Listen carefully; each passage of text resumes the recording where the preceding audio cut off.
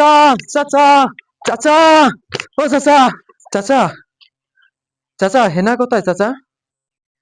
চাচা, আমার হেনা কোথায়? বাড়ি ঘর এত সাজানো কেন চাচা? হেনা হেনার তো বিয়ে হয়ে গেছে বাবা। চাচা, হেনার তো না হয় বিয়ে হয়ে গেছে, কিন্তু সাথী কোথায় চাচা? সাথী বাবা, ও কথা আর বলো না। সাথী হেনার বিয়ের সময় হেনার হাজবেন্ডের সঙ্গে ওর বন্ধু এসেছিল, সে তার সঙ্গে পালিয়ে গেছে বাবা। আহ, অবশেষে হেনাও আমাকে ছেড়ে চলে গেল, সাথীও চলে গেল। আমি আর কি করে বাঁচবো, কি করে এ জীবন রাখবো? এখন আর কি করার, আমার একটা বিয়ে করতে হবে। যাক, অবশেষে আমি একটা বিয়ে করলাম, বউটাও ঘরে আনলাম। আজকে আমার বাসর রাত। হেনা কে আর সাথীকে দেখি ভুলে থাকা যায় কিনা?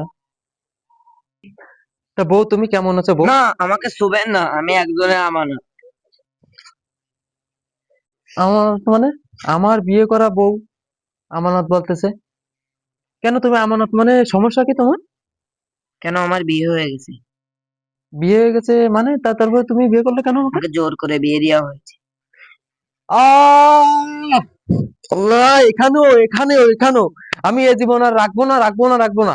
আমি এক্ষুনি নদীতে ঝাঁপ দিয়ে, লাফ দিয়ে, মরে আমি বাপ্পারাজ বিদায় হয়ে যাব।